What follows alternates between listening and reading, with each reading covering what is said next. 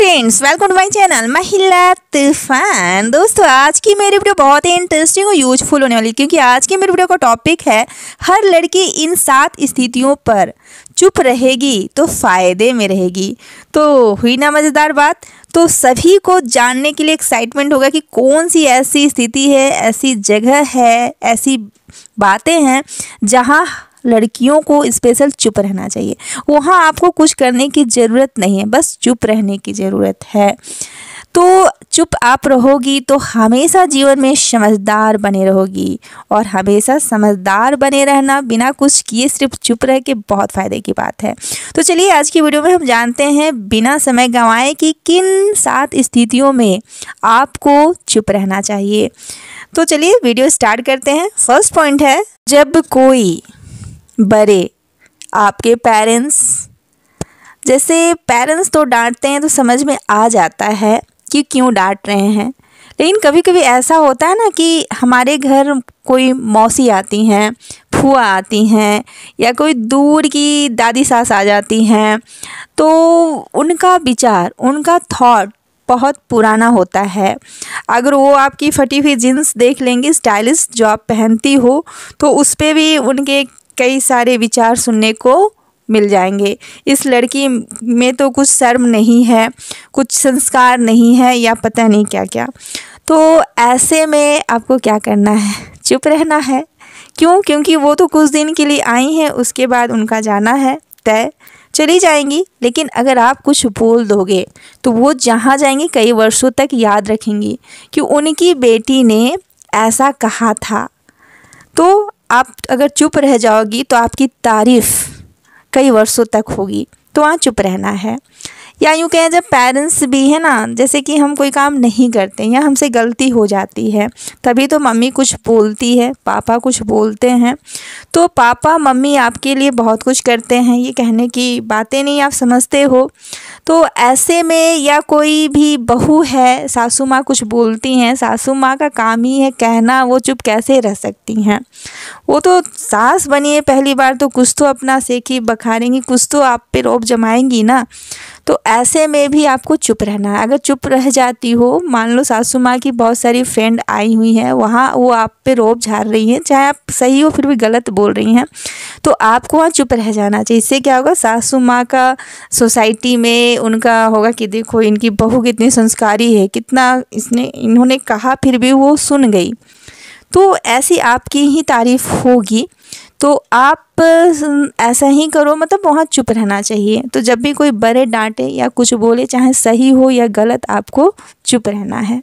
Second point से, कोई सेखी बघारे, कहने का मतलब है कि कोई बहुत लेडीज़ होती हैं जो अपनी तारीफ़ें की पुल बांधती हैं, लपेटू मल, या कहें कि मतलब बहुत ज़्यादा फेंकती हैं कि मेरे पति तो ये हैं, या मेरी जहाँ शादी होने वाली है ना वहाँ वो ऐसे हैं, ये है वो है, या मेरे पेरेंट्स बहुत अच्छे हैं, मेरा केयर करते हैं, मैं जो मांगती हूँ वो मुझे मिल जाता है, या बहुत सारी बातें होती हैं। और वैसे में कुछ लड़की ऐसी भी होती है ना जो अपने घर में अगर मम्मी पापा बहुत प्यार नहीं करते हैं, या मान लो कि प्यार करते हैं लेकिन शो नहीं करते हैं, हर चीज़ मांगने पे नहीं मिलती है, अपने घर की बातें, समस्याएं, हर घर में कितना पैसा आता है, क्या प्रॉब्लम है, वो हम जब तक किसी को बताते नहीं, कोई जानता नहीं है, तो वो क्या करती है, अपने घर में जो कमियाँ हैं जो नहीं बतानी चाहिए वो भी शेयर कर देती हैं। चुप नहीं रहती हैं, क्योंकि बोलने की आदत है ना, तो बोल देती हैं कि क्या बात है, नई बात है। तो बहुत सारी घर की ऐसी बातें होती हैं कि नहीं बतानी चाहिए, बोल देने पे भी वही बातें से आपका मजाक उड़ाया जाता है फ्रेंड सर्कल में। तो ऐसे में आपका काम है कि चुप रहना। इस स्थिति में आपको चुप रहना चाहिए सिचुएशन में। ना आपको बहुत ज़्यादा अपनी तारीफ़ करनी है, बहुत लंबा चौड़ा, और ना ही आपको वहाँ अपने घर की कमियां गिनानी है। वहाँ पे आपको चुप रहना है, और जब कोई पूछे तो सिर्फ आपको मुस्कुराना है, कहना है सब ठीक है। क्यों? क्योंकि कोई फ़ायदा नहीं है। तो आपको इस स्थिति में चुप रहना चाहिए। फर्स्ट पॉइंट है कि चुप रहकर भोजन करें, खाना खाएं। जैसे कि आजकल तो नाश्ता, ब्रेकफास्ट, लंच, डिनर, ये सारी चीज़ें ऐसी हो गई ना कि सब मोबाइल देखते देखते खाते हैं, जिससे बहुत हेल्थ में प्रभाव पड़ रहा है, इम्पैक्ट पड़ रहा है, मोटापा बढ़ रहा है, वज़न घट रहा है, हाइट नहीं बढ़ रही, बहुत सारी परेशानियां हैं, जीरो फिगर भी नहीं हो रहा, स्लिम नहीं हो पा रही हैं, चेहरे पे कील मुहासे आ जा रहे हैं। तो ये चुप रहकर खाना खाना तो आपके हेल्थ के लिए सबसे पहले बहुत अच्छी बात है। और इसमें और एक फ़ायदा है कि अगर आप चुप रहकर खाते हो तो खाते समय जो विवाद होता है, जैसे कि आप खाने के टेबल में सब कोई साथ खाते हैं तो जो भी विवाद है तो उससे आप बच जाते हो। और जब कोई पूछे तो आपको कहना है, चुप का मतलब एकदम चुप नहीं, लेकिन कोशिश करने की खाते समय आपको बात नहीं करना है, खाना भी सरक जाता है, ठीक से डाइजेस्ट करना है खाना, पाचन शक्ति बढ़ानी है, तो आप चुप रख कर खाएँ और खाने के समय कोई भी विवाद में आपको नहीं पड़ना है।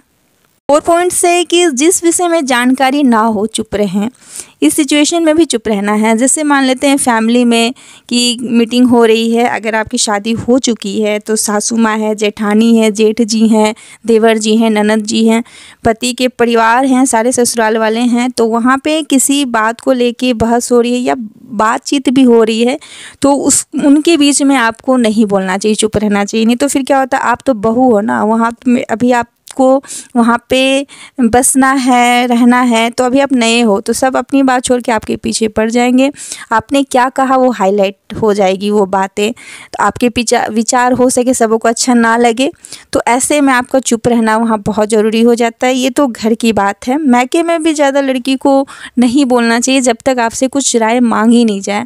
जब बोलने को कहा जाए तभी बोलना चाहिए, तब आपकी बातों को लोग सुनते हैं। ऐसे जब कोई सुनना ही नहीं चाहिए तो ज़बरदस्ती सुनाने की ज़रूरत नहीं है, चुप रहना चाहिए। उसमें आप गंभीर और मैच्योर लड़की कहलाती हैं, समझदार लड़की। समझदार बेटी कैसे बने, एक अच्छी लड़की कैसे बने, ये वीडियो मैंने बनाई, आप लोगों ने बहुत पसंद की है, इसलिए मैं ये बात बोल रही हूँ कि आप जिस विषय में जानकारी ना हो, मीटिंग में मान लें तो ऑफिस में आप जॉब कर रही हैं तो वहाँ भी मीटिंग में कोई आइडिया है, विचार है, तो जब आपसे पूछा जाए तभी कहें। ऐसे आपको बीच मीटिंग में सबसे पहले नहीं करना। पहले सबों की बातें आपको सुननी चाहिए, समझनी चाहिए कि लोग के विचार क्या हैं, किसके मन में क्या है, क्या आइडिया है, उसके बाद आपसे जब पूछा जाए या मीटिंग के लास्ट में आपको बोलना चाहिए। तो इस तरह से आपको अगर किसी विषय में जानकारी नहीं है तभी भी आपको नहीं बोलना चाहिए। 5 पॉइंट्स है कि गुस्सा में शांत रहें। हाँ, ऐसा होता है ना, कोई सिचुएशन, कोई ऐसे रूडली लोग मिल जाते हैं जो हमें परेशान करते हैं, वो जानबूझकर हमें गुस्सा दिलाते हैं, हमारी वीक पॉइंट को पकड़ते हैं। इसीलिए मैं कहती हूँ किसी को भी अपनी वीक पॉइंट मत बताएं। तो अगर आप ज़्यादा खूबसूरत नहीं हैं, आप काली हैं, तो आपके कलर को लेके कोई मजाक उड़ाए या आपको कुछ मतलब टोन मारे या गुस्सा दिलाने के लिए कुछ भी करे, तो वैसे में आपको अपना रिमोट कंट्रोल अपने हाथ पे रखना है, शांत रहना, कोई रिएक्ट नहीं करना है। क्योंकि क्या होता है ना कि कभी कभी हम कोई रिएक्ट नहीं करते हैं तब हम ज़्यादा सेफ हो जाते हैं और कोई हमें परेशान करना चाहता है उसका ही मुंह बन जाता है। जब देखता है कि मेरे परेशान करने से ये बंदा परेशान नहीं हो रहा है और मुस्कुरा रहा है तो ये समझ जाता है कि ये मुझसे भी बड़ा खिलाड़ी है ना। तो उस सिचुएशन में आपको अगर गुस्सा कोई दिला भी दे, मतलब ऐसी ऐसी बातें बोलो कि गुस्सा आ रहा है, तेरी गर्लफ्रेंड में अब आ गए बात, या कुछ ऐसी बातें आपके पेरेंट्स के बारे में, तो उस समय उस सिचुएशन में भी शांत रहना बहुत ज़रूरी होता है। क्योंकि आप अगर सभा में हैं, बहुत सारे लोग हैं, तो वहाँ आपको वो जानबूझ के कहता है कि आप कुछ रिएक्ट करो, तो वहाँ पे गुस्सा में कुछ भी नहीं कहना, चुप रहना है, शांत रहना है। क्योंकि गुस्सा में हम क्या बोलते हैं हमें खुद पता नहीं होता है और फिर हमारा जो दिल की धड़कनें वो तेज़ हो जाती हैं, तो उससे हमारा ही खून जलता है। तो गुस्सा में शांत रहना चाहिए। यहाँ एक लड़की को तो कम से कम यहाँ चुप ही रहना चाहिए, क्योंकि एक लड़की की लाइफ में ना वो अपने गुस्से को शांत करके अपने आप को कंट्रोल करके ही किसी और को कंट्रोल कर सकती है। और अगर आपका खुद पे ही कंट्रोल नहीं रहेगा गुस्सा पे या किसी भी चीज़ पे, इमोशनल पे, तो फिर आपको तो कोई भी कभी भी रुला देगा। आप ससुराल में भी नहीं रह पाओगी, कहीं जॉब कर रही हो वहाँ भी नहीं रह पाओगी, फिर आपकी कहीं वैल्यू नहीं होगी, कदर नहीं होगी। तो अभी से आप टीनेजर एज में हो या आपकी शादी भी हो भी गई है तो सभी के लिए ये वीडियो है कि गुस्सा में शांत रहें और इस सिचुएशन में तो एकदम शांत रहें। और अगर पति भी कभी दो बातें सुना देते हैं तो गुस्सा में, तो आप शांत रहें और बाद में जब उनका मूड ठीक रहे तब आपको वो बातें कहनी है कि आपने तो ऐसा कहा था।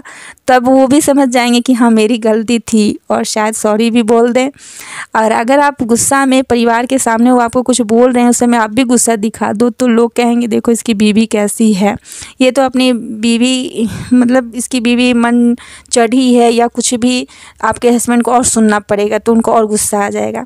तो ये सारी चीज़ें कोई बताता नहीं है लेकिन मैंने अपनी लाइफ में फील की इसलिए मैं बता रही हूँ। तो इस सिचुएशन में भी आपको शांत रहना चाहिए। नेक्स्ट पॉइंट है कि किसी की दुख की घड़ी में, जैसे कोई बीमार है या बहुत सीरियस है तो उसमें आपकी नई शादी हुई है या आपने कोई कंपटीशन फेस किया है और उसमें आप पास हो गई हो, या कोई खुशी की बात है क्योंकि अभी टीनेजर एज होता है या नई नवेली दुल्हन होती है या कोई लड़की का ये आदत होता है कि हमेशा स्माइल करना, खुश रहना, बिंदास रहना, तो ये सारी चीज़ें ठीक है। लेकिन जब किसी के दुख की घड़ी में जाओ तो कोई बीमार है या कहीं मंदिर जा रहे हो पूजा करना है तो वहाँ पे आपको सिचुएशन के हिसाब से शांत रहना चाहिए और बहुत कम बोलना चाहिए और जैसा माहौल है उस माहौल के अनुसार आपको रहना चाहिए।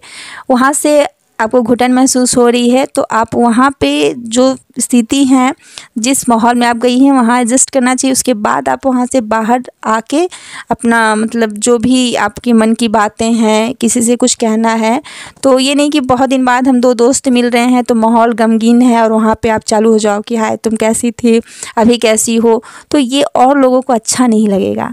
तो ये बेवकूफ़ी वाली हरकतें हो जाती हैं। तो लड़की हो, गर्ल्स हो या जो भी हैं, तो इस सिचुएशन में मेल भी हैं तो उनको भी शांत रहना चाहिए, चुप रहना चाहिए, कम बातें करनी चाहिए।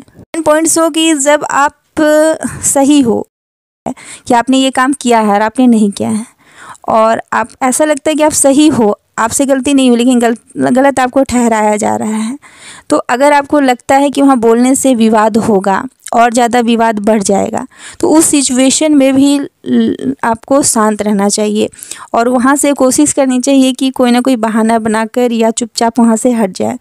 क्योंकि गर्ल्स से लड़की ही होती है जो एक बहू बनती है, माँ बनती है, बहन होती है, जो परिवार को संभाले रखती है। तो एक करियर में कामयाब होना ही कामयाबी नहीं होती है। करियर में तो गर्ल्स कामयाब है ही, होती ही हैं, लेकिन परिवार में भी एक लड़की की बदौलत ही परिवार में जॉइंट फैमिली या हम परिवार में जो भी मेंबर रहते हैं वो मिलकर रहते हैं। तो आपके अंदर ही ये ताकत है, पावर है वो, और वो सबसे बड़ी ताकत क्या है पता है? चुप रहना, द पावर ऑफ साइलेंस। तो चुप रह के ही वो सबका दिल जीतती हैं और अपनी बात भी मनवा लेती हैं।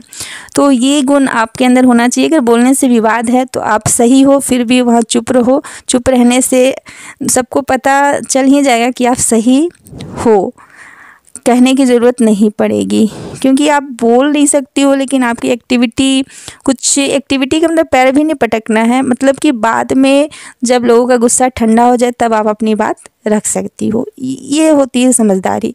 तो आज की वीडियो में बस इतना ही। वीडियो अच्छी लगी हो तो लाइक करें, शेयर करें, कमेंट करें। मेरे चैनल पर नए हैं तो सब्सक्राइब करें। Thanks for watching. जय हिंद, जय भारत। Thanks for watching.